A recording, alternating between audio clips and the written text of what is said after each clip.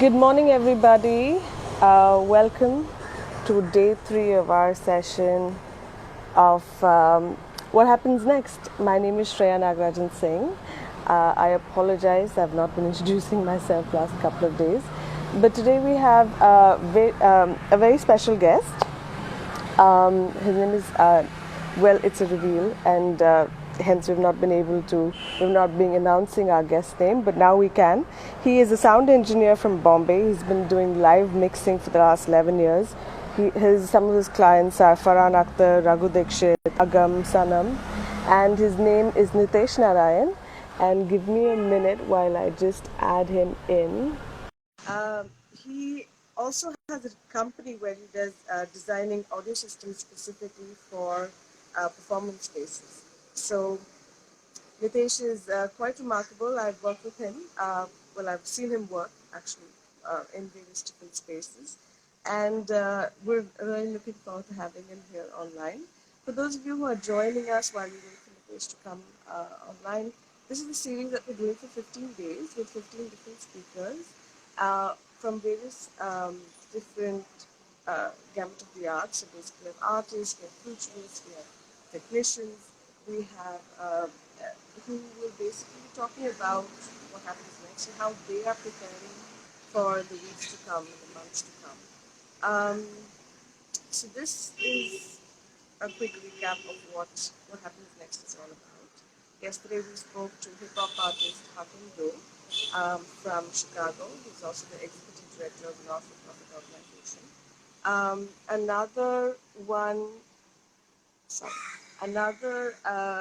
The first speaker we had was Melissa Jimenez from Trinidad and Tobago, who is also the head of Music TT, which is a government organization that helps artists produce and perform and provide a platform for that.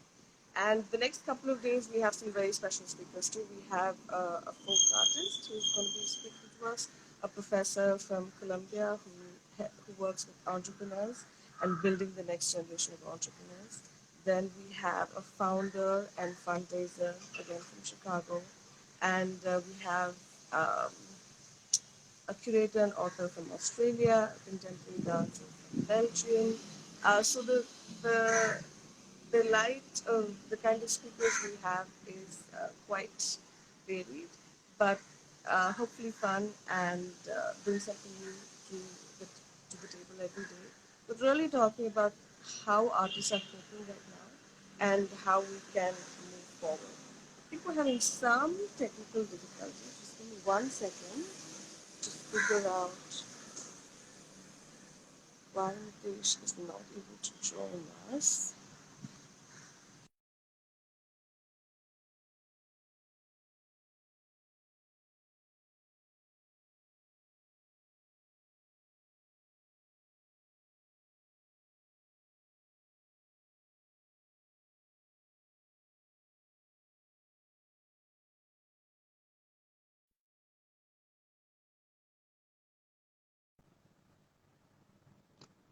Hi, Shreya. Sorry, bit of a No, it's okay. With mishap. But technology, it's always a doubt what's going to happen.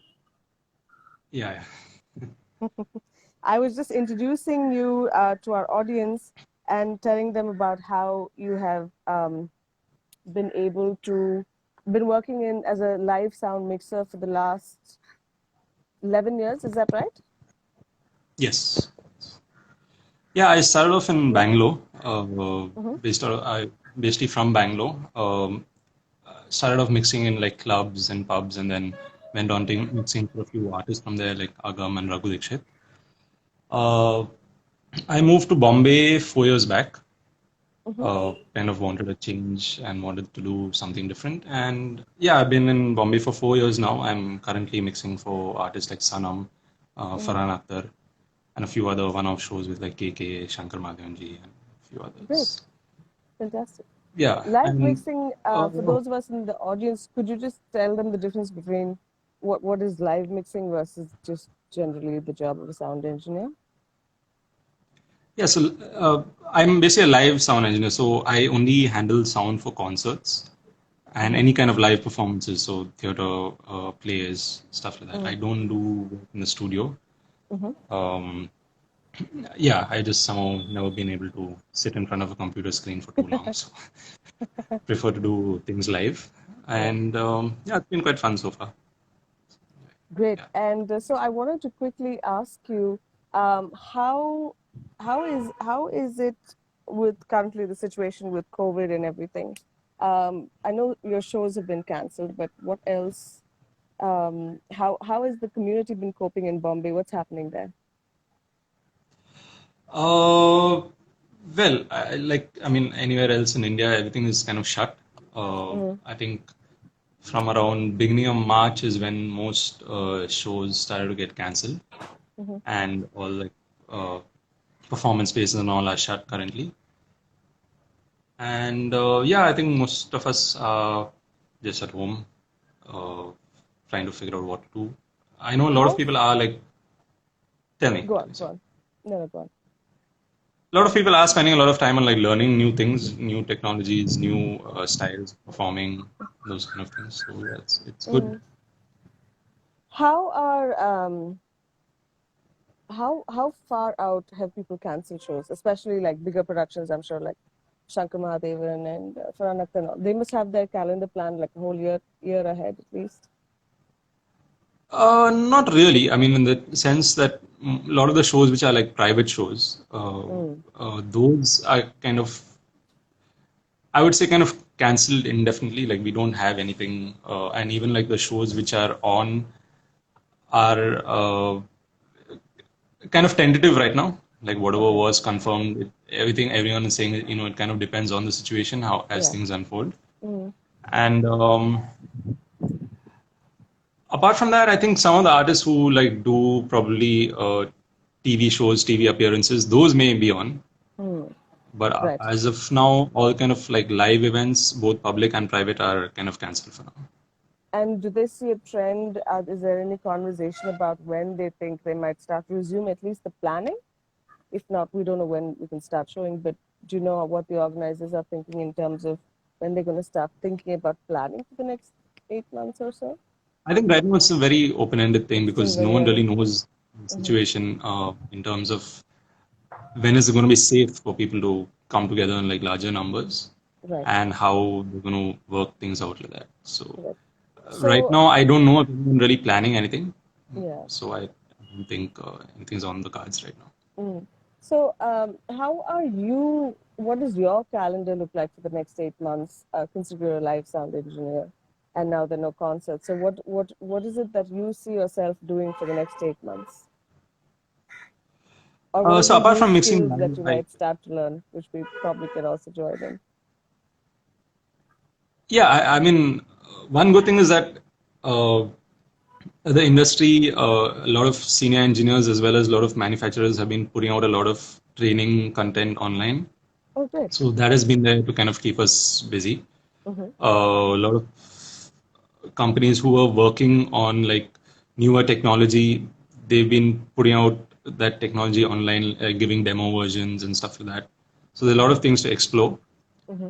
Uh, for me personally, apart from what I do as a live sound engineer, I also have my own company which I run, which we design and install audio systems. Right. Currently, we were focusing mainly on performance spaces like auditoriums, Mm-hmm. clubs, and stuff like that. I probably have to look at different spaces which would need auditorium, which would need audio systems Right. like homes or schools and things like that. Mm. So I am looking at expanding into that field. Right. I think all of us have to kind of accept the reality that this next year is not going to be like what it was all this while, Right. and we need to look at like kind of other options, Right. I think like that's a other very revenue. smart decision to look in the same field, but look at newer avenues of like you said, like private homes and schools, things that you know people will still need a sound system, you know. But I had a question. You said that some of your senior engineers are putting up training sessions online. What can you give us an example of some of the things that they're putting up? They're kind of like walking through their workflows, the way they do things, Mm, how they, and there have been some really informative sessions on especially apart from the really technical parts of it, like how they deal with, touring life, how they deal with artists who may be difficult, and how they deal with other people who they have to work with. Those have been like really informative. Because that's not the kind of things which you normally get to hear. Right. And yeah, those, they have been some very informative sessions on different workflows, which they've obviously brought in over like 20, 30 years of experience. Right. So, yeah. So one question that I've got, 2-3 people have actually asked us to ask you, is that a lot of people are going live, right? And online conversations like Yeah. this, but also many performances, people where they're showing their work, etc. And they're saying, what can we do to get a good experience from sound experience when they go live like this on Instagram or Facebook? Do you have any tips for them? Yes. I mean, I understand that everyone's in a situation where you do need obviously some good equipment. You need like audio interfaces which can connect to your phone, which obviously now it's difficult to get because there are no deliveries and stuff like that. Right. But I think basic things like the room in which you do it is very important, because I've seen quite a few people who are, I think they're not used to doing this kind of stuff, so they suddenly decide they have to do it, and then they're doing it in a room which doesn't have too much of furniture and furnishings. Right. And then it just sounds a bit hollow. So ideally, do it in a room like your bedroom or something, which has a bed, a mattress, a lot of pillows and cushions. Possibly even like keep your wardrobe doors open so that the clothes also kind of absorb some amount of sound. That's actually very good advice. Yeah, and for those who do have some equipment, obviously, I mean, there's a big difference whether you're doing it live or you're recording it and putting it up later. If you can record and put it up later, then I'm assuming most people do have sound cards and mics and stuff like that. If you don't have, in this situation, I think you can really just reach out to your friends and see if you can just borrow some equipment temporarily like that. So when you But go yeah, live, is it better to? Yeah. You obviously can't do it on your phone, right? So you need to have a separate system that plays the song or the music, and then the phone records it. Technically, when you go live, that's better, right? Obviously, than playing it straight from the phone. Yes, but I think there's a like Instagram Live. Obviously, you can only go live on your phone. So then, But the music that we'll play for the dance or for whatever, that obviously has to be a separate system. it is, yeah. But I'm saying that I'm not too sure how you can get that into your live stream. Right. If you're going Facebook Live, you can, yeah, because from like Facebook Live, you can do it from your computer. Yeah. So you can like connect a sound card into the computer there. But Instagram Live is a little bit more difficult if you don't have a interface, because you do get interfaces for your phone, but something I think people need to look into, do a little research on it. And so that is what I think the next steps are for some, I think, which we should probably do a longer series about this, is I just really think there's a lot more people who are going to be going digital and be going, using their phone or their laptops for putting out their content. And I think possibly we can come up with a list of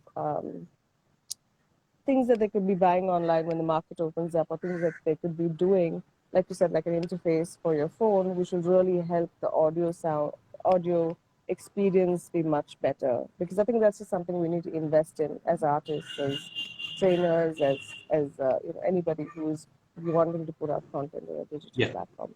So I'm going to get back to you, Nitesh, and we'll do a separate thing about that. Just one last question before we wrap up. I was really thinking about, there are a lot of like these sound boys, people who daily wages, right? We hire them by project, assistants, who they all make money by the day, and knowing the Bombay industry of cinema and live gigs must be a really big group of people who were counting on that income.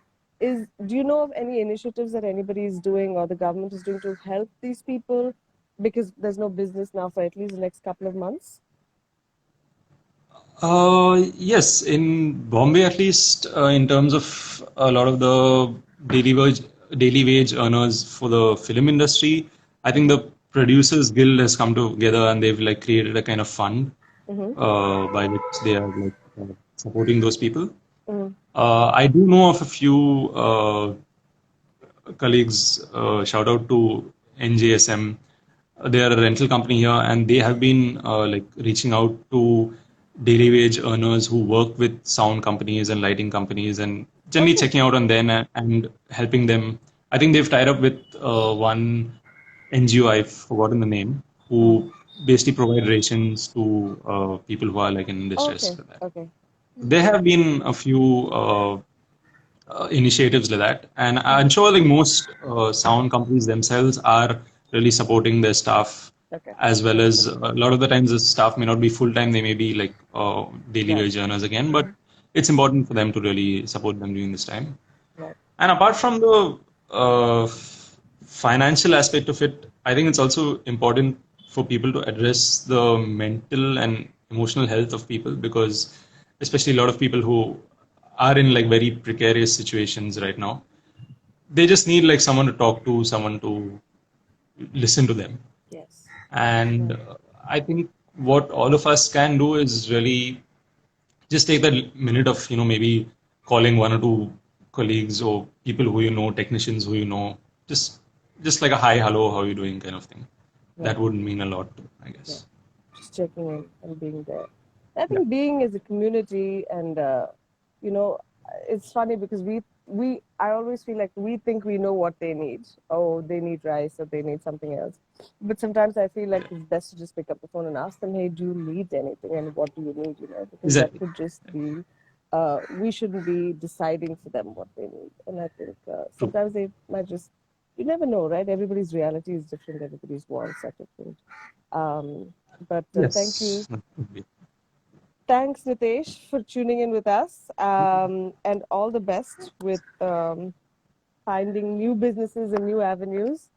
And like I Thanks. said, we'll probably do a longer session about how, I'm going to just call it, it's funny because you have to call it live, but we're not really live in person, live online. But how are we, Yeah. what are things people can be doing? What are the small investments they can be making in order to really give a better experience online? Because I really feel going live is not enough. It has to be a better experience. Sure. That'll be great. And thank you for doing this initiative. It's really helpful to everyone out there, I think. Thanks, Nitesh. Yes. So tomorrow, just to give some of our viewers, we're going to be interviewing a national award-winning folk artist who stays in a different district in Tamil Nadu.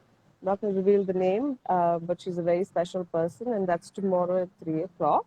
So tune in. But thank you so much, Nitesh, for joining us, and follow him if you want to know more about all the fun gigs that he does. Sure. Thanks so much. Thanks. Bye. Thanks. Bye.